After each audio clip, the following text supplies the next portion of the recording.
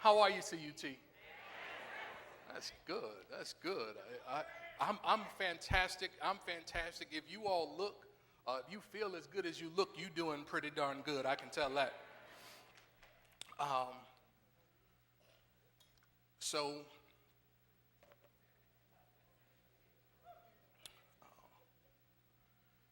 we are in what I consider to be a transformational series. This idea about of quit, right? And we have for the past couple of weeks been reconditioning ourselves away from this idea of the negative connotations that quitting carries with it. We have been able to take a look at it from a different perspective, and in looking at it from this different perspective, we have been able to embrace our inner quitter. Those of you who were here a couple weeks ago, you had an opportunity to just take the quick quit quiz, and if my memory serves me correctly, most of us in this room were quitters. Yeah, that's good. That's good. You passed. Give yourself a smiley face. And so the first step in the quit process is to quit quickly. You remember that? And one of the things that we mentioned in making sure that we quit quickly is that we also don't make our move too soon. Yeah. On last week, Reverend McDowell shared with us the importance of understanding negative emotion when it comes to the challenge or the responsibility that we have to quit. And then on today, I want to talk about initiating new goals in the time that I am with you. But here is what I've learned in the few short years that I have been in the ministry, and particularly in the years that I have been in the pastorate. There are a couple things that I've learned that resonate with me. One of the first things that I've learned that resonates with me is not everyone who comes to me with an issue is looking for a solution. Sometimes what we want is an opportunity to say to someone that this is my issue, and once they get done telling me, they come tell you that this is my issue, and once they get done telling you, they tell you that this is my issue, and once they get done telling you, they tell you that this is my issue. So the key is to keep the story going. The second thing that I've learned in the few short years that I have been pastoring and in the ministry is that for the most part, people who don't take the first step never take the second step. And so if you want to be an effective quitter, you have to be willing to take the first step. Are you with me? And so we're going to move expediently or expeditiously into this third step today. And I just want to start right with the first point. My first point for this morning is that quitting a goal that does not work for you is an opportunity to re-engage your efforts to a new goal. Quitting a goal that does not work for you is an opportunity to re-engage your efforts to a new goal. One of the challenges that many people face is that they're not able to recognize an opportunity. See, when you quit a goal, given that nature abhors a vacuum, whenever you create a space, nature requires that you fill that space up with something, or it returns what you quit back into your experience. So we sometimes miss opportunities. And what I want you to do is become a master at identifying an opportunity. Napoleon Hill said, if you can identify an opportunity as quickly as you can identify other folks' faults, you will soon be on your way to success. So I want to challenge you to be someone who knows how to identify opportunities, because whenever you quit a particular goal, that quitting is an invitation to begin to initiate a new goal. Are you with me? Remember that in order to quit a goal that you're working on, you have to do three things. You have to quit the effort, you have to quit the commitment, and you have to quit the guilt. Is that right? Those who study the sciences of success and spirituality know that the brain is a goal-oriented organism. So you and I are naturally wired to begin pulling resources together whenever we establish a new goal. But as you have been told, when you establish a new goal, but you do not continue the effort or you do not continue the commitment, then it's only a matter of time before the goal becomes a point of frustration for you. And I don't know about you, but it's difficult to be creative when you're frustrated. If you've ever worked in an environment where the environment was toxic, most people leave environments that are toxic because it's difficult to be creative in a toxic environment. How much more so when the toxic environment is in your head? It's just a question. It's not a judgment. It's a question.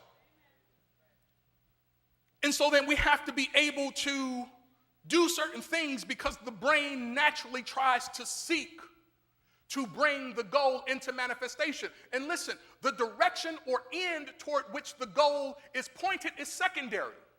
So the moment you decide that you want to have more health, or you want to have better relationships, or you want to have better finances, or you want more peace of mind, or you want your spiritual life to be enriched, the moment you decide that, your brain begins to work to make it happen.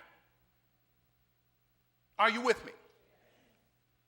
And so this third step to becoming a successful quitter requires that we initiate a new goal once we have decided and determined that the goal we were once working on is no longer the goal. It's no longer the move. So you got to be able to shift. Say, I got to be able to shift.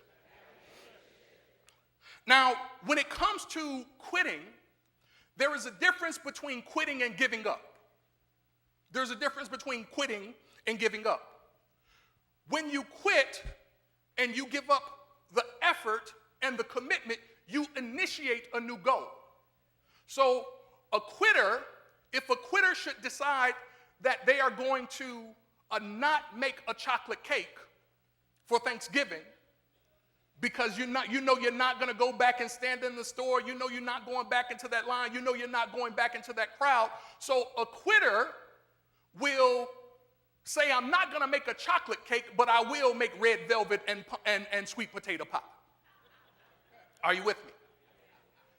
Giving up is like saying, I'm not going to the store, I'm not going to stand in that line, I'm not going to get into that crowd again, and so your dessert is cranberry sauce. Just so that we're clear on the difference between what it means to quit and initiate a new goal and what it means to give up and just not do anything. Are you with me?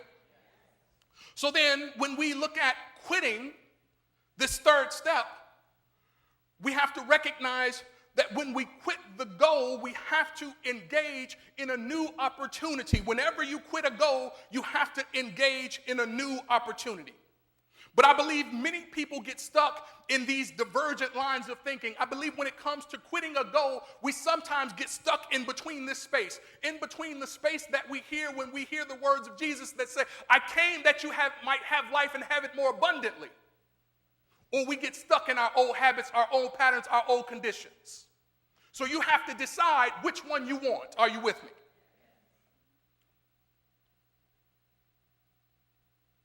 There was a study done not long ago.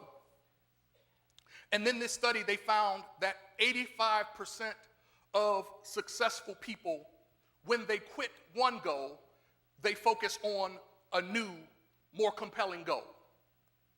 85% of successful people spend the majority of their time focusing on one or maybe two goals at the most. What they also found was that only 3% of poor people have one major goal and they work on it rarely. So if you want to be highly functional, if you want to be successful, if you want to accomplish the goals that you are setting out for, you've got to identify one or two goals. Some of us are spinning ourselves trying to do everything and be everything. And here is what I've noticed in just the few short years that I've been working and coaching with people on both ends of the spectrum. Successful people are not necessarily smarter than people who don't have as much success. Successful people are not necessarily, they have more experience, but they don't necessarily have more relative expertise. Successful people are not necessarily more blessed than the people who are not successful. The primary difference is that successful people keep the main thing and they work on the main thing. So if you have creative power and you have creative capacity and you're spreading it across a bunch of things, your ability to focus like a laser to cut through the difficulty is being diminished because you might be wasting it on something that does not deserve your time, energy, and effort. There are some relationships that you are in that do not deserve your time, energy, and effort. There are some things that you read that do not deserve your time, energy, and effort. Can I keep it 1,000 with you? If you really want to find your way to success, put your phone down, turn the clicker off for just a little bit, and pick up the book you said you were going to read last year. If you really intend to accomplish the goal, get off the couch, put the remote control down, and just take one step. So you don't have to complain about not being able to do it. All you have to do is take a step. Because the compelling thing about taking a step is that it encourages you to take another step. So don't just plan to go walking, get up and go walking. Are you with me? The second thing that we must do if we intend to initiate a new goal is we have to reframe the risks as opportunities to succeed rather than paths to failure. Let me say that again. We have to reframe the risk. How many of you know that anytime you do something you are not familiar with, there is a great risk that you won't do it well? If you just remember how incompetent you were on the first job you had, or if I just think about the first lesson I did from right here, right now, it's hard for me to listen to the tape.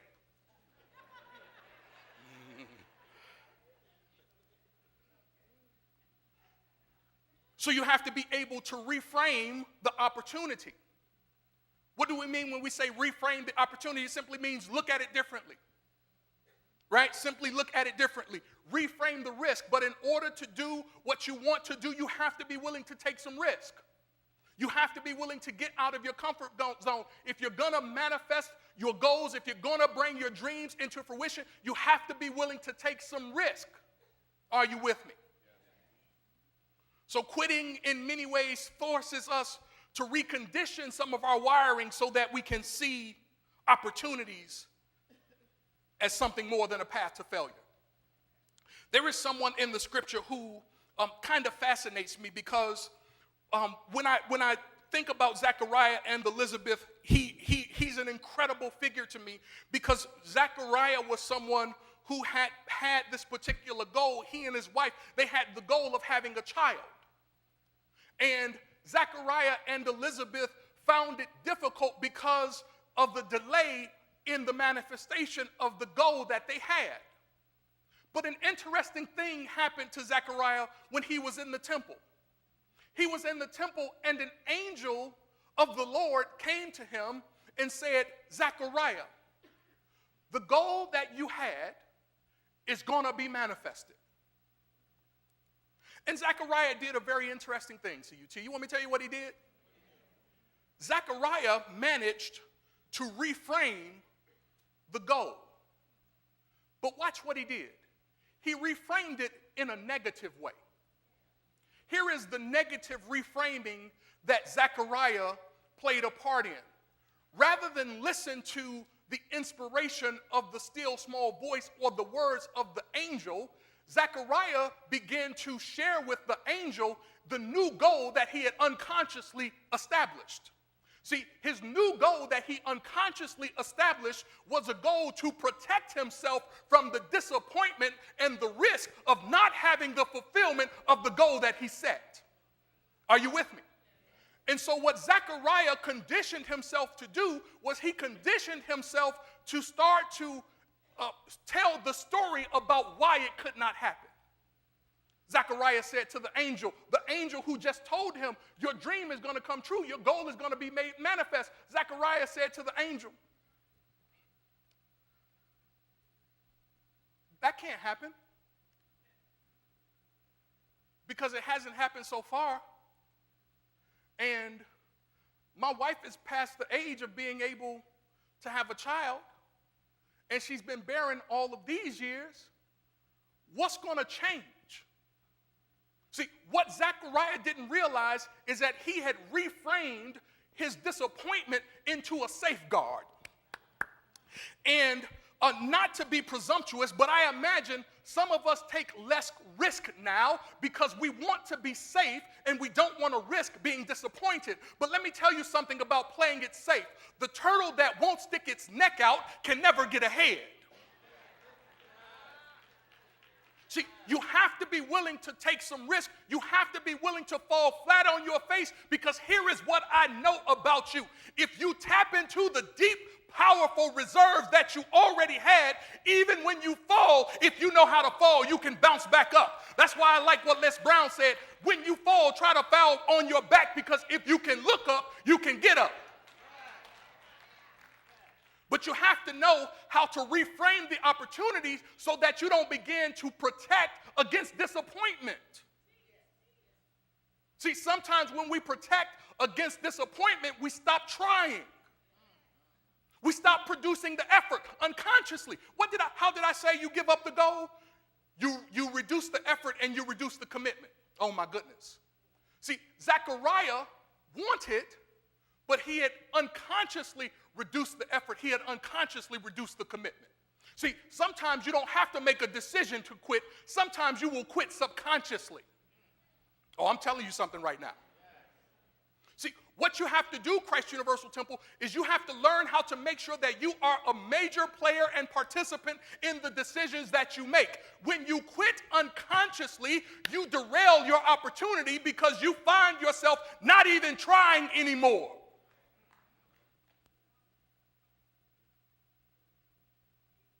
And if you don't try, you don't get.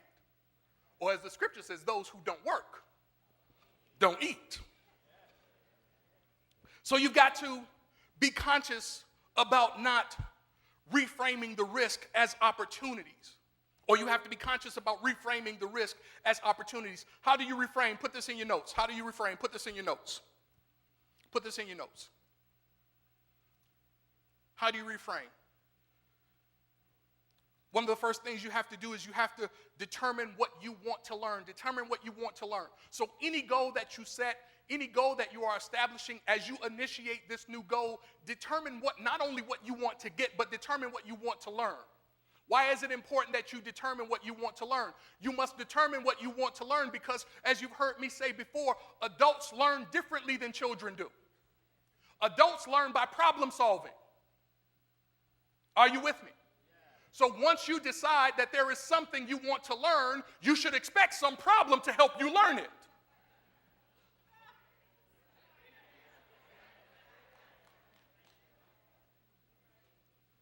And the problem is only a problem if you don't know how to reframe it. See, when you know how to reframe it, a problem is not a problem is an opportunity. Are you with me? So then adults learn by opportunity seeking. So you have to decide on the front end what you want to learn, because then your subconscious nature will begin to attract the lessons to you. So you can not only get what your end game was, you can get some growth in the process. That's why adversity is one of the few things that helps us become somebody worth being. Yeah, you missed that one. Don't duck from it though. One of the second things I need you to do in order to reframe the risk is challenge your assumptions. How many of you know you hold some assumptions? How many of you know those assumptions are keeping you from being your best version of yourself? How many of you have challenged those assumptions lately? Okay. I can't get into it right now, but third thing I need you to do in order to reframe is identify the best ways to accomplish your goal. That will help you reframe it. And then you can do this last point. You can get to work on your new goal. You can get to work on your new goal. Put that in your notes. See, here is what establishing a goal does. It helps us move the probability in favor of our achieving our desired outcome. Here's what getting a new goal does. It helps us to be more than a spectator in our decision-making process. Here's what getting a new goal does. It helps me to be an active, smart participant, because here is what I know. All you have to do, Christ Universal Temple, is begin to make small needlepoint moves every day. If you make small needlepoint adjustments, if you make small needlepoint corrections, you do not have to conquer the world in a day. You don't even have to try to eat the whole turkey in a day. All you have to do is cut off one slice here and one slice there and another slice here and another slice there. And before you know it, what was a full turkey is now only a skeleton. So how do you get to work on your goal? One of the first things you have to do is you have to determine what is the most important goal for you right here and right now. What single thing will give you the greatest leverage in your life? What one thing? Two things at the most. See, most of us are doing lots of things and wasting our effort. But we feel productive because we're doing a lot of stuff. I'm running. I'm doing a lot of stuff. But it's not making me happier. It's not enriching my spiritual life. It's not putting more money in my pocket. It's not making my relationship richer, or maybe it is, I don't know. So I want to challenge you to just identify one or two things. And next, I want you to write it down. Somebody say, write it down. See, when you write the goal down, it says to your subconscious nature that you are serious about this. Just writing it down says to your subconscious nature that you are serious. That's why for Burning Bowl, we have you write the letter, not just imagine the letter. Because it says that you are serious about what you intend to do. Are you with me? So you got to write it down. Decide what you want to produce and then write it down. The second thing I need you to do is break it down into simple needlepoint moves, into simple processes. See, each opportunity to build your life is not based solely on the action. It's based upon a single decision. See, we say, oh my goodness, this is so enlightening. This is so enlightening. Put this in your notes. We say, right thinking, followed by, right? We say right thinking, followed by right action. For some of us, we want to act now and think later. But what you want to do is get the one or two decisions down so that you can start to make the moves to accomplish the goal that you've set. I'm giving you the juice. So break it down into small, achievable steps. And remember, as a rule, people who don't take the first step never take the second step. Number three, get to work on your goal. Create a to-do list. Create a to-do list. Create a to-do list. See, once you decide what you want, now it's time to do something about it. Once you decide what you want, you have to get yourself a plan of action. Somebody say plan of action. You need a plan so that you will have some sense of where it is you're going. My guess is none of you leave your house headed to somewhere without knowing where it is you're going. My guess is you have some idea of where the destination and endpoint is. Is that right? So you have to create your to-do list and you have to catalyze that with your thinking. the next thing you have to do is be willing to make some adjustments. See, one of the most powerful ways to fulfill your new goal is to notice what's not working. Can I let you in on a secret?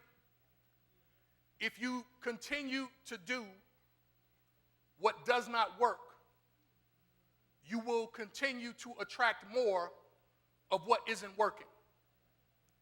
The more you do what does not work, the more you get of something that does not work. So when you look at what it is you have and what it is you're trying to do, you can't hide from what's presenting itself. There is no such thing as undemonstrated understanding. If it works, it works, and if it doesn't, it doesn't. You got to be honest with yourself about that. And you got to make the adjustments as needed. So don't ignore the previous thoughts, feelings, words, actions, and reactions that produce where you are right now. The last thing you got to do is you got to be willing to get some help. There's some people who are ready to help you do what it is you're trying to do. I'm going to close with this.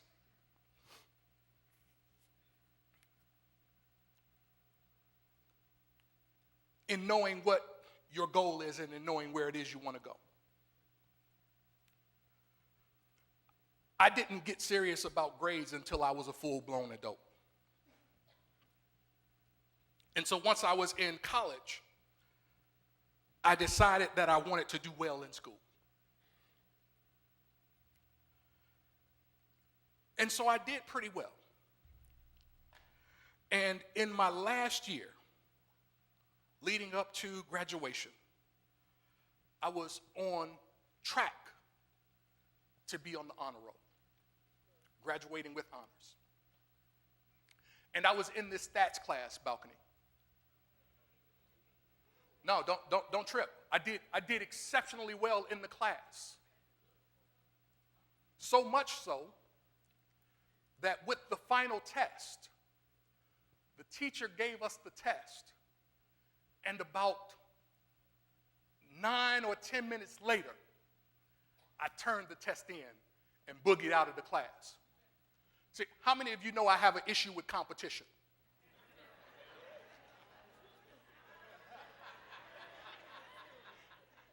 And so I was in a race with myself to be the first person to complete the test.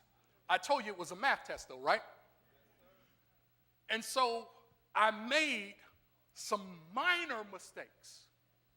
I made the kind of mistakes, Donnie, that if I had just gone back to check my work, I would have found them easily. And if I had gone back to check my work, Ed, it might have taken me another 1 or 2 or 3 minutes to just check my work. But no, because I have an issue with competition. And so I rushed to turn my test in, and that following week I got my grade back. And the result knocked me out of honors. Now, if I had gone in, Porter, originally with the goal to finish with honors, having that goal at the end would have influenced and dictated my decision in the moment to say, rather than rush, why don't you take your time, buddy, because ain't nobody competing with you but you. And so I'm a congenial guy, and I went to the professor and I said, Mr. Professor, I'm really close to completing with honors. Would you consider letting me take this again? He said, well, I don't typically do that, but you've done well for the most part, so I'll give you another shot. So he gave me this new test. Did I tell you I have an issue with competition? So, Doc, I ran through this test too. Yeah. I'm telling you, you keep doing the same things over and over, you will keep getting the same result. I'm not telling you what I heard, I'm telling you what I know. And this time, I didn't slow down either. Turned my test in, proud, because I took a little more time than last time. He said, Mr. Wells, you made the same mistake again. I said, well, if I had known that my goal to compete was greater than my goal to accomplish, I would have done things differently. But subconsciously, CUT, I couldn't help myself. I was just naturally in the flow of how I flow. And so what I'm saying to you, as I'm saying to Zechariah, as I'm saying to myself, you have to be able to catch how you frame it, because sometimes quitting is more difficult than it appears on the surface. And so that test cost me my honors, and it made me to have to do just a little bit more work just to finish in some category that was other than just regular. But it taught me an important lesson. And here's the lesson it taught me. Goals are powerful measures. Unconscious goals are powerful levers.